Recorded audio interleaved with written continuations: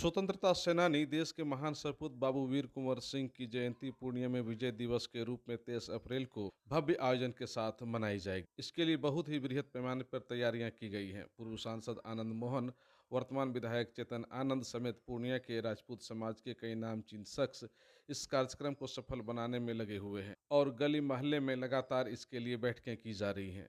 पूर्णिया के शक्तिनगर रामनगर में भी बैठक की गई, जिसमें चेतन आनंद और उनकी पत्नी आरुषि आनंद ने कहा कि देश के बड़े स्वतंत्रता सेनानियों को कुछ इतिहासकारों ने बहुत ही संक्षेप में वर्णन किया है और कुछ लोग ऐसे हैं जो उनका अपमान करते हैं, जिसे बर्दाश्त नहीं किया जाएगा। चेतन आनंद ने कहा कि बाबू वीर कुंवर सिंह, महाराणा प्रताप, राणा संगा का इतिहास काफी महान है और उन्हीं चीजों को बताने के लिए यह विजय दिवस खासतौर से पूर्णिया में आयोजित की गई है, जिसमें बड़ी संख्या में देश भर के लोग शामिल होंगे।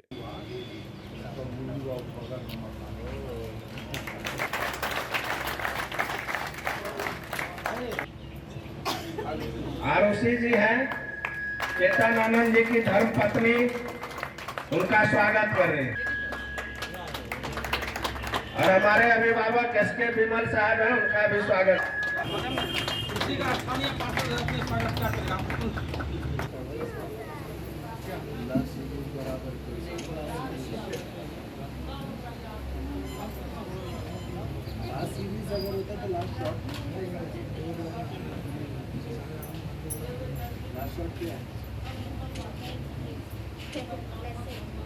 कार्यक्रम सही मायने में अगर आप देखिएगा तो बाबू वीर कुंवर सिंह जी का जो है विजय उत्सव हम लोग मना रहे हैं और साथ ही साथ समाज के जो अन्य मुद्दे हैं जो हाल के दिनों में देखने को मिले हैं उसको भी हम लोग एड्रेस करेंगे वहाँ पर।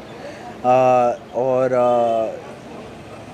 जो भी बातें हैं वो आप कल तो देखिएगा ही, तो उसमें हम लोग इस बात को प्रखरता से रख रहे हैं। जो दिल्ली में भी जो हुआ, जिस तरीके से संसद भवन में राज्यसभा सांसद के द्वारा गलत टिप्पणियां हुई, उसका भी हम लोग विरोध कर रहे हैं।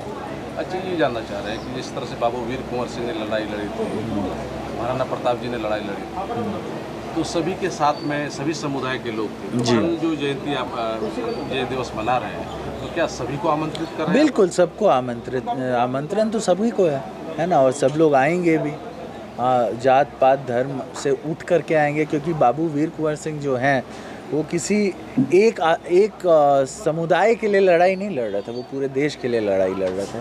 तो उसमें और उनकी लड़ाई में भी अगर आप देखिएगा तो आरा छपरा के मल्लाहों ने भी उनको साथ दिया था, उधर के यादवों ने भी उनको साथ दिया था और अन्य सभी विभिन्न जातियों ने उनको साथ दिया था अंग्रेज़ के ख़िलाफ़ जो उनकी लड़ाई हुई थी, और इसीलिए वो उस लड़ाई को जीते भी थे।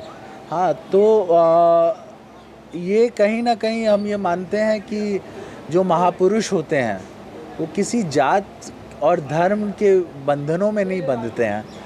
दुर्भाग्य ये है इस देश का आजकल कि किसी भी महापुरुष का जो है जात निकाल लिया जाता है।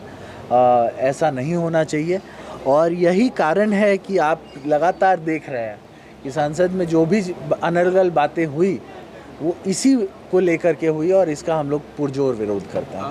हम लोगों की नज़र में आपकी मैडम ने दो महत्वपूर्ण मांगें उठाई, जिसमें से एक कि बाबू वीर कुंवर सिंह के नाम पर एयरपोर्ट का नाम हो जी। दूसरा, उन्होंने कल एक मुद्दा उठाया था कि जो इतिहास में जो लिखने वाले लोग हैं उन्होंने छेड़छाड़ किया है, उसका भी शुद्धिकरण हो।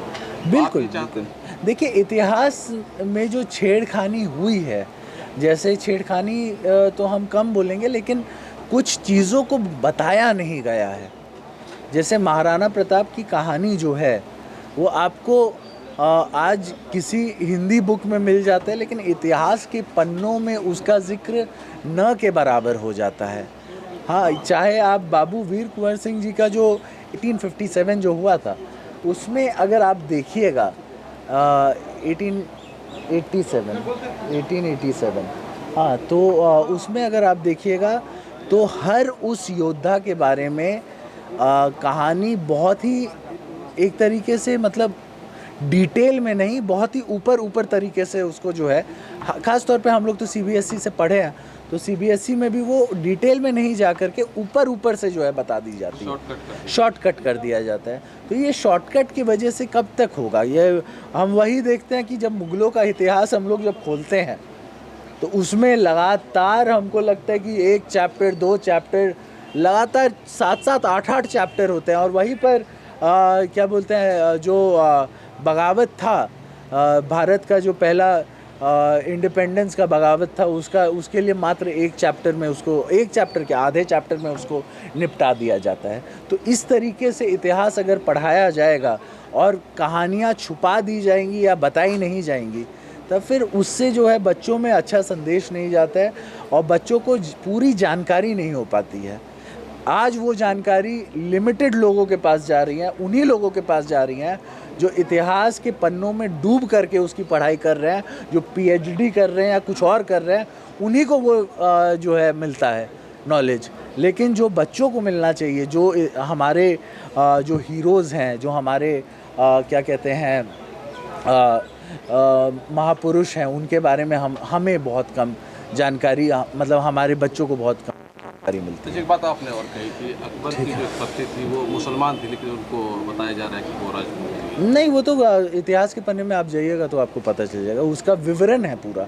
और जब जोधा अकबर रिलीज़ भी हुआ था, इसमें क्षत्रिय महासभा संगठनों ने विरोध भी किया।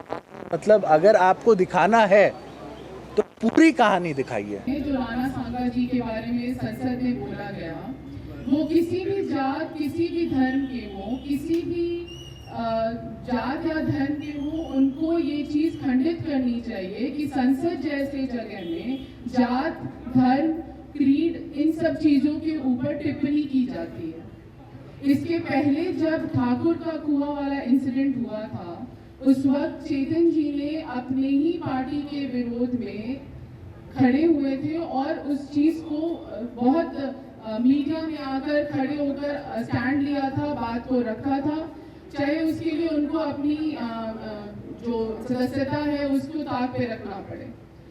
जिस तरीके से हमारे माँ बाप के ऊपर कोई अगर गाली गलौज करता है और हम तुरंत आग बबूला हो जाते हैं कि मेरे बाप के ऊपर या मेरे माँ के ऊपर आपने बोलने की हिम्मत कैसे की, उसी प्रकार से वो राणा सांगा जी हो या वीर कुंवर सिंह जी हो, ये सब हमारे महापुरुष हैं जिन्होंने अपने आप को न्योछावर कर दिया सिर्फ हम लोग को आजादी दिलाने के लिए। और आज उनके ऊपर टिप्पणी करने से पहले एक बार सोचा नहीं जाता है, वो भी संसद में। ये तो मजाक का पात्र बना दिया गया है। रही बात पुस्तकों में हमारे इतिहास को छेड़छाड़ किया गया है, हमारे उससे बढ़ते बढ़ते वो सिनेमा में करते जा रहे हैं। फिर दिल्ली एयरपोर्ट इंदिरा गांधी जी के नाम पे रखा जा सकता है, तो ये नवनिर्वाचित एयरपोर्ट जो बीटा में बन रहा है वो वीर कुंवर सिंह के नाम पे क्यों नहीं रखा जा सकता?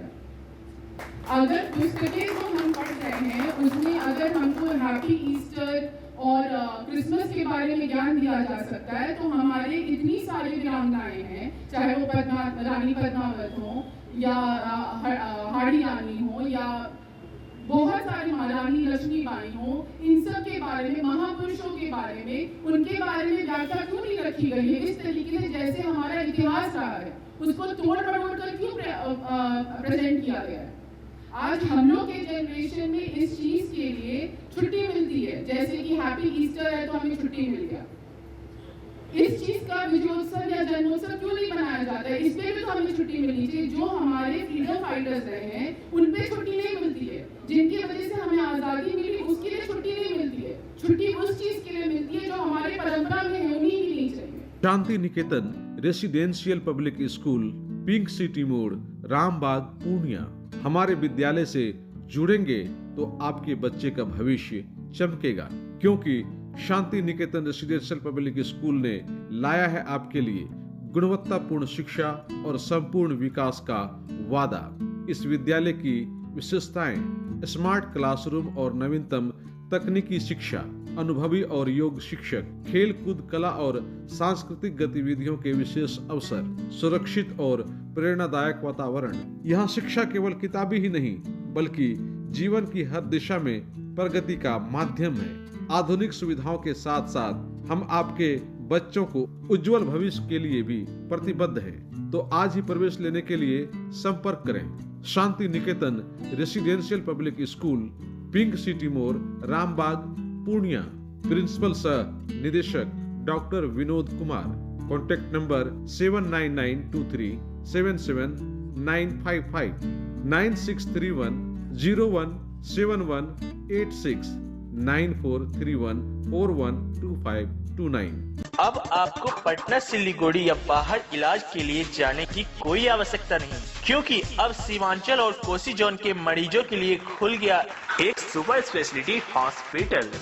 आपके शहर पूर्णिया के NH31 लाइन बाजार कप्तान पुल के पश्चिम में ambulance, treatment, admission, radiology, pathology, neurology and respiratory medicine, 4 bed का अत्याधुनिक डायलिसिस यूनिट और 20 बेड का अत्याधुनिक ICU और CCU। BPL कार्डधारी मरीज को प्रत्येक रविवार निःशुल्क देखा जाता है एवं भर्ती मरीज का रियायती दर पर इलाज किया जाता है। साथ ही प्रत्येक महीने के 5 तारीख को सामान्य रोगी को निःशुल्क देखा जाता है। Galaxy hospital and heart care centre, address NH31 line बाजार वेस्ट ऑफ कप्तान पुल, पूर्णिया।